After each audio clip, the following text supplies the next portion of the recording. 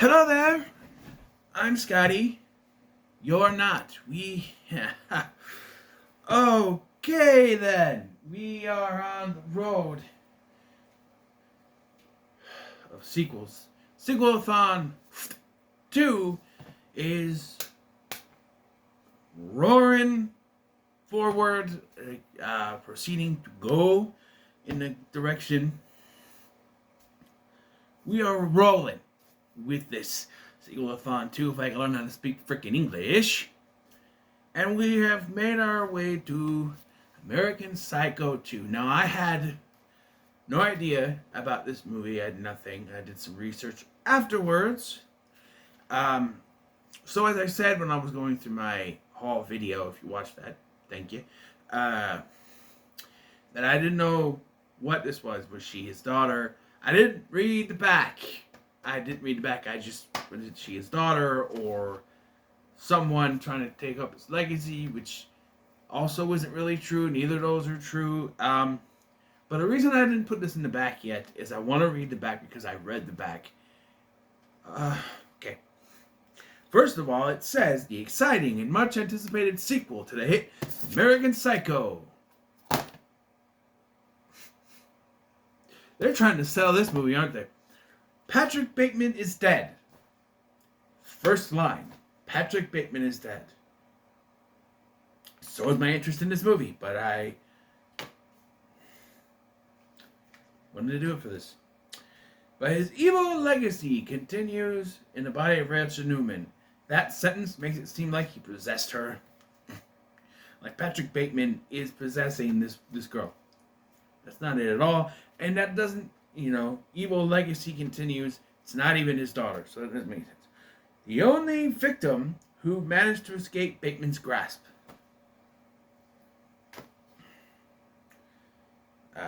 However, she did not remain unscathed from the encounter. Instead, Rachel has developed an obsession with serial killers.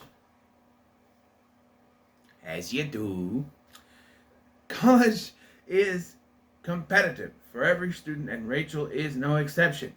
She will get rid of anyone who stands between her and her goal of becoming the teaching assistant to the infamous Dr. Daniels.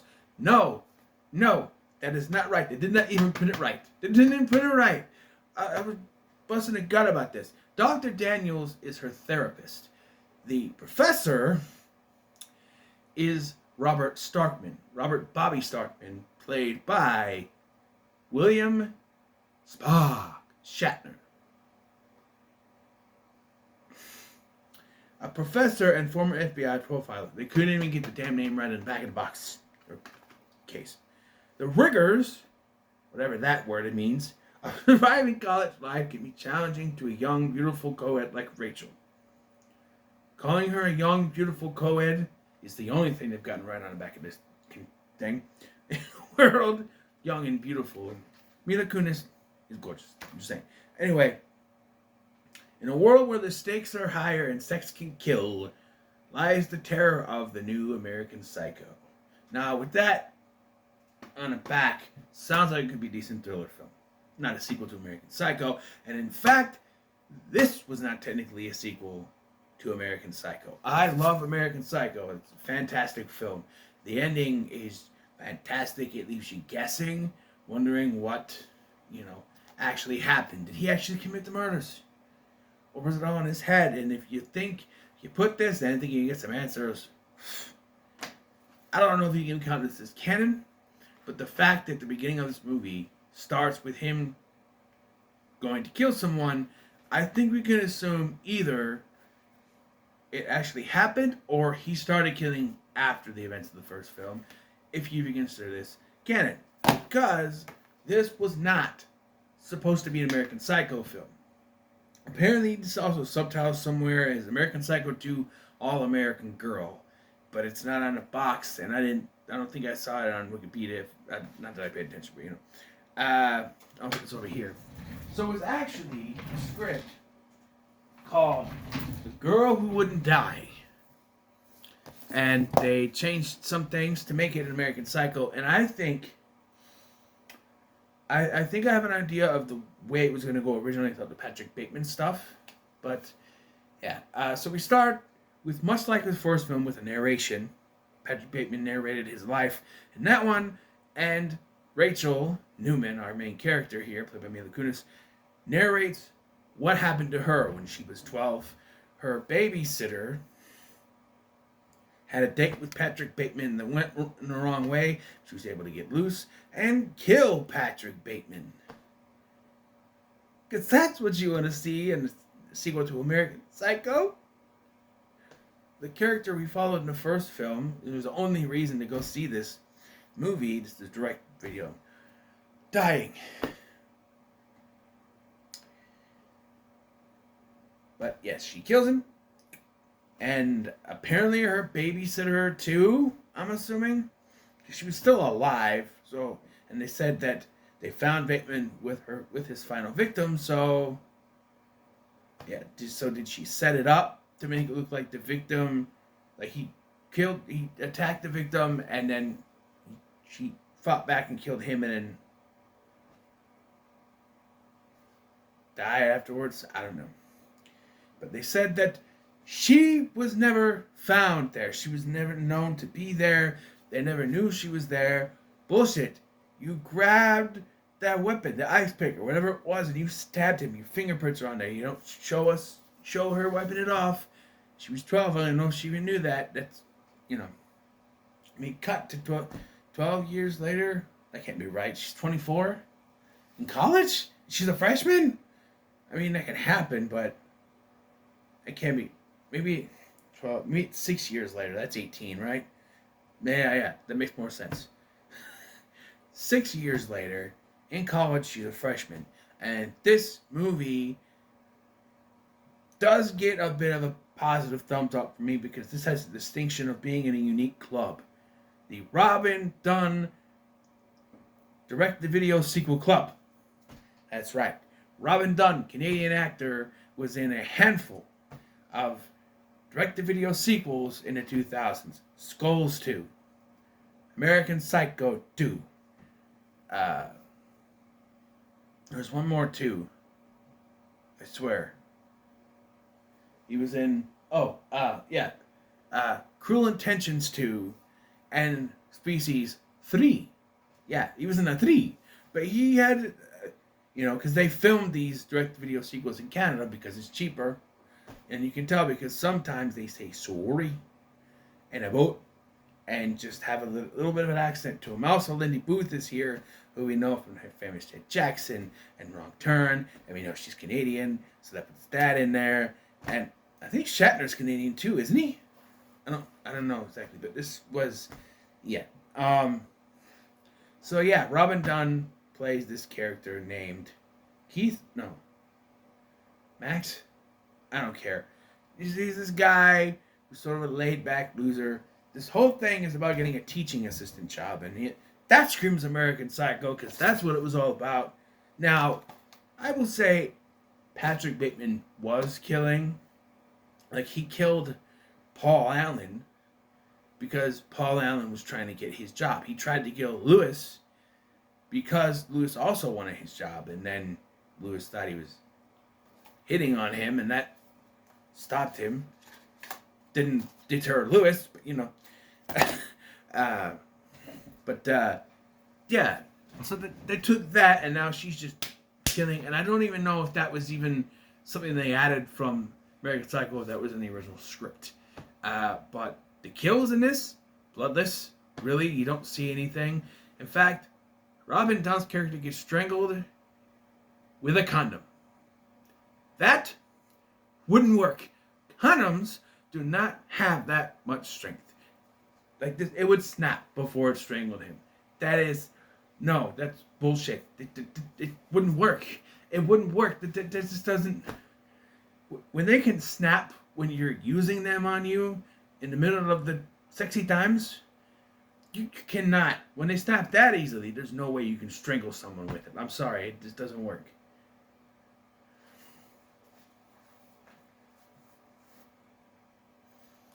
I'm just saying.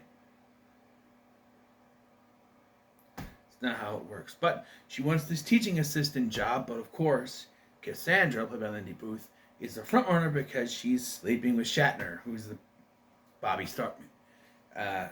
And so, yeah, apparently he has this thing with students. Sure. But,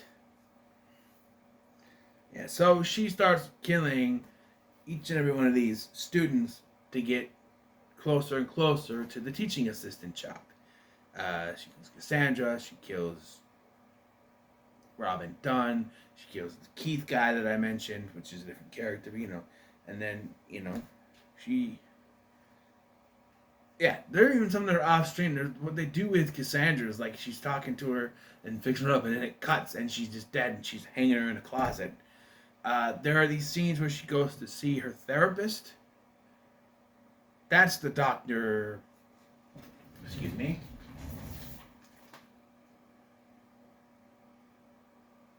Dr. Daniels, she goes to see.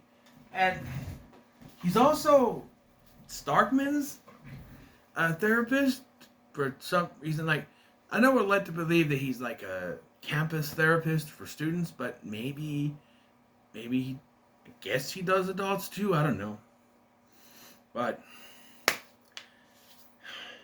okay, so he's Starkman's too. Starkman calls him because they find that he finds Cassandra hanging in her closet. And so, but earlier in the film, he called to talk to Daniels about a student of his that he was sleeping with. There's also a patient of his. Or maybe it was the other way around. Daniels called him. And so Daniels thinks it's Rachel, but it's actually Cassandra. So he calls... it was Daniels that calls him because he thinks that Rachel is obsessed with him and that she's the one he's sleeping with. And so now Starkman calls him and says, oh, the girl we're talking about that I was, with, she hung herself. So he thinks it's Rachel. And so then later he gets a call. By the way, Rachel has no idea anything this is going on, really. She knows that he found the body, but I don't think she knows about the thing. But she calls to make an appointment, and he starts freaking out because he thinks she's dead. And then later, she's having dinner with her parents. With her parents, or her parents. And he sees her there and starts freaking out, thinking that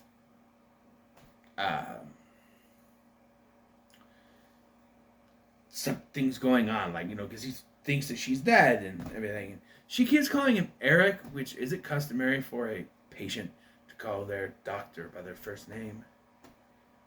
But she'll call her doctor. She'll call him Dr. Daniels and then call him Eric.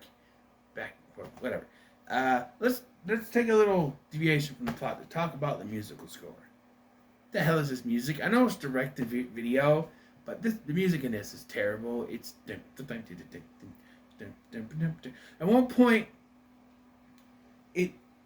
you hear the music playing, and then she's in the car, and it's coming out, and it's diegetic or what it was, where it's part of the music, it's part of the score, right? But then it cuts to her inside of her car, and it's playing on the radio, and she turns it up. And then it cuts back outside, and it's back to being the car. Then it's back to being the score, and then it goes back. What? How is that possible? So, let's talk about the twists. Twists. There's more than one. There's three, although the third one is kind of not really a twist because you figure it out. But it's revealed that she is not actually Rachel McGuire. Nope. She is someone else. We don't know who she is. We never learned her real freaking name. Because there's a thing where she's with the parents and she sees Daniels calls her Miss Newman, and they're like, who's Miss Newman? And she's like, oh, he has lots of patients. He must have got messed up. So she's not Rachel Newman. Let's find out that Rachel Newman was an orphaned college student who she killed and took her place, and then she's just been in the closet. Which, by the way, this is a college where everyone has just their own dorm room, which would never happen. It's always two to a dorm room. I've never heard of only one person having a dorm room at the time. That's costly. Like, I'm just saying. At one point, I thought her and Cassandra were roommates, but that's not the case at all. Dorm mates, whatever you want to call it. But yeah, she's not Rachel. And then it's revealed the reason she's after Bobby, or Dr. Starkman, is because her babysitter was, at one point, his TA that he was sleeping with. Yep. He was sleeping with, and she saw the file on Patrick Bateman, which led them to go into the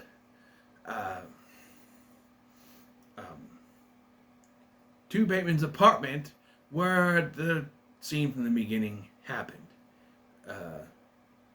To their point, they did kind of, recreate some things like the severed head in the fridge. That's from the original. So they tried to create some things, but the actor playing Bateman, you don't really see his face, except for in a picture later. They couldn't just use Christian Bale's face, picture for that. Well, the other one, it was covered up. You could just use Christian Bale's face. I don't know. But, yeah, so that's how this whole thing started. Like, yeah. And I think in the original version of the script, he was the one who killed the babysitter, but she got away. That she just escaped. Because you don't see the death on screen. So, I think in the original script, he was the killer, and she was able to get away, but when the cops got there, the babysitter was dead. There was no evidence of him there, and that's why she was after him. Like she created him, and so she was going to kill him for the babysitter thing. I don't know. That's just what it seems like, and they changed it to Patrick Bateman to kind of fit this, added the stuff. But yeah, and so she stabs him, and he falls out a window, I think. I don't know, she's standing by a window when it happens. The only blood you see is the aftermath of Starkman's stabbing, but,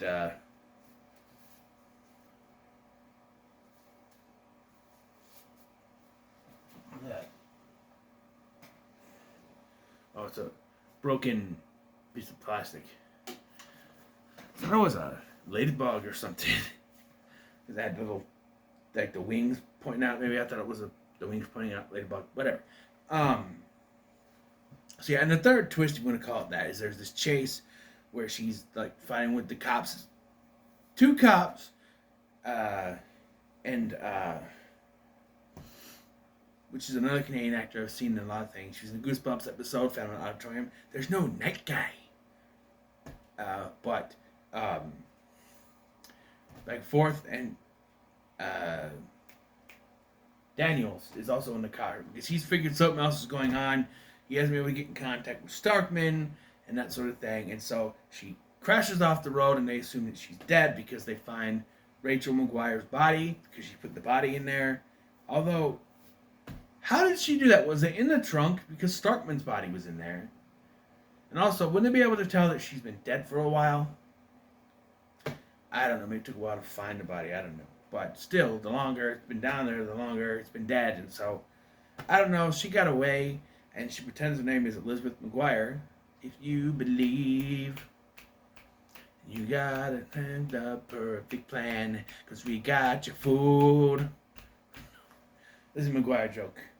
No, Elizabeth McGuire, she was introduced at the beginning, and she's sort of his teaching assistant now, and then she's dressing like her to take her place, so we can assume that Elizabeth McGuire was killed off screen, and she's leaving Daniels alive so that there could be someone to tell the story, I guess. Kind of risky. Although, he doesn't actually know her real name, because to everyone, Rachel McGuire is dead. She is dead, or Rachel McGuire. Rachel Newman. Rachel McGuire, that's Rachel from Boy Meets World. Rachel Newman is dead. So I've heard a lot of things. This movie was terrible. It's not as bad as I thought it was going to be. Kind of because I'm used to direct-to-video sequel stuff. Like, this is on par with the other Robin Dunn direct-to-video sequels. Like, Skulls 2 is not that bad. I think it's decent. Not as good as the first. Species 3 was okay. Haven't seen this yet. Cruel Intentions 2 yet, but I don't know. Give benefit of the doubt right now. This in no way holds up to the original film in any way whatsoever. But I don't think it's terrible. So I'm going to put it in the middle of the road. I'll put it in the middle of the road. I went in thinking this is probably going to be terrible. Yes. So sue me. I even thought before I even started doing this review. You know, sometimes I have in mind what I'm going to give it. And as I'm talking through it, sometimes that can make it or break it for. Sometimes that can make it go up, make it go down. And it made it go up because originally I was going to say not worth your time, which, to be honest, it's not. But I'm going to put it in the middle of the road because I wouldn't mind actually watching it again. I think Mila Kunis is okay. Yes, she's monotone, but not as monotone as Tara Reid, so not that bad.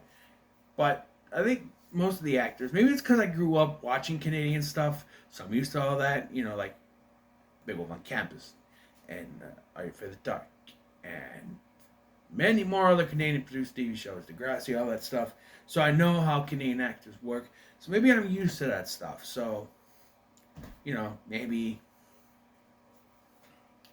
it just doesn't affect me like others. And yes, as a sequel to American Psycho, it sucks. But as its own thing, if it was The Girl Who Wouldn't Die. By the way, when the credits start rolling, there is a song which has the lyric, The Girl Who Wouldn't Die. So they even put a song, Girl Who Wouldn't Die. Okay. You know, like, because I said before with some of the Hellraiser ones, I would like to see what it would be like. Like, Hellraiser Inferno, hate that movie. I would like to see what they would have done without the Hellraiser stuff. What it would be like. I probably would have liked it better, but the Hellraiser stuff makes the movie worse for me. When the first time you watch a movie, you get a major headache. Yeah, no. But, yeah. So, American Psycho 2 sits firmly in the middle of the road. So let's go ahead and pick out our next sequel. And you know what? While we're... let's just go ahead. Let's go ahead and do Cruel Intentions 2. Robin Dunn. Back again. I think she was Cat Grant on Smallville. That was her, so that's 2. She looks familiar too. I don't know where I'd seen her before, though. Wait. Sarah Thompson. She was on Angel. Yeah, so that's... Is it Amy Adams? Say what? What? Okay, now I'm interested. Oh, look, it's a dual disc. Not like Yu-Gi-Oh! Dual disc. A double-sided disc. Dual-sided disc. Dual disc. Okay, we're doing Cruel Intentions 2 next. So we shall see. Should I read the back of it just to... I'll read it in the next video. It's long. So, what are your thoughts on American Psycho 2? Let me know in the comments below. You should like, share, and subscribe. Thank you for watching. I've been Scotty, and I'll see you in the next one.